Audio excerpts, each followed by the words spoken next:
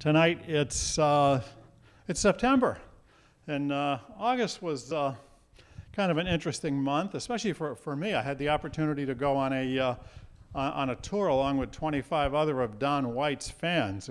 Some of you, I think, probably know Don. He's going to be here actually for a performance on September 29th. And Don's a great entertainer, and as you might guess, his fans were really kind of a fun bunch of people. So we had a nice time touring around some of the small Irish pubs and heard some great music. But you know, no, the question I get asked all the time, I say I went to Ireland. Everybody says, "Gee, Dave, did you kiss the Blarney Stone?" And I said, you know, that sounded a little too close to Barney Frank for me. So no, I didn't do it. Oh, boo.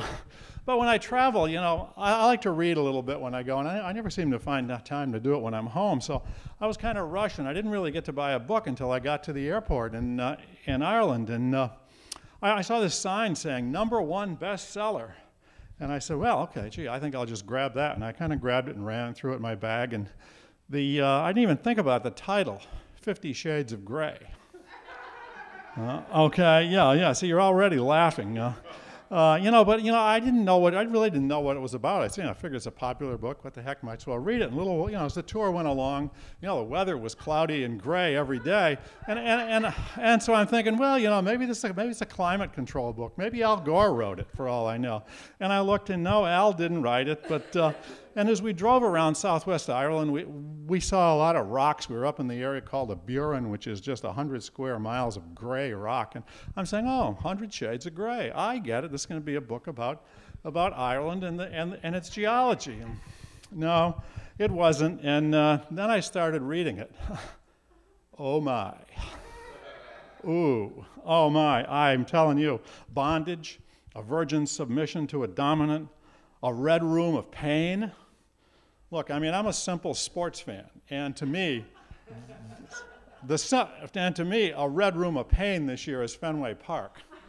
Okay, I mean, so who was this written by? Was it written by that Senate candidate from out in Missouri with who thinks rape isn't a bad thing? You know, come to find out, it was actually written by a woman.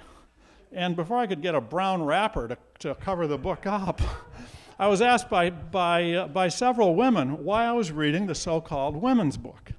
And, women's book? You know, the thought of Mother Teresa reading this just kind of boggled my mind. And then I wondered if it would be the focus of the next Lizzie Warren ad.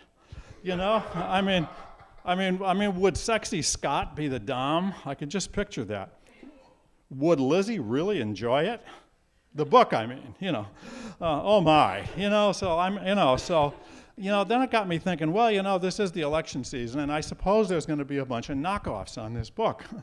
Strange term to use, I guess. But anyway, what would we get? 50 Shades of views on almost anything by Mitt Romney, 50 Shades of Unemployment by Barack Obama, 50 Shades of off-message things I can say to help the Republicans by Joe Biden, maybe 50 shady things I'd eliminate from the federal budget by Paul Ryan. I don't know. It's you know, political jokes are dangerous, I know, especially in this state. But anyway, you know, sports books that might come about. One that came to mind was, you know, Bobby Valentine might have written 50 unshady things I could have done other than manage the Red Sox, you know. But anyway, that was my literary kind of way around Ireland. But the fun part was actually just hearing and picking up some of the phrases that people said and the way they kind of described their country. Somebody said it would be a great little country if you could put a roof on it.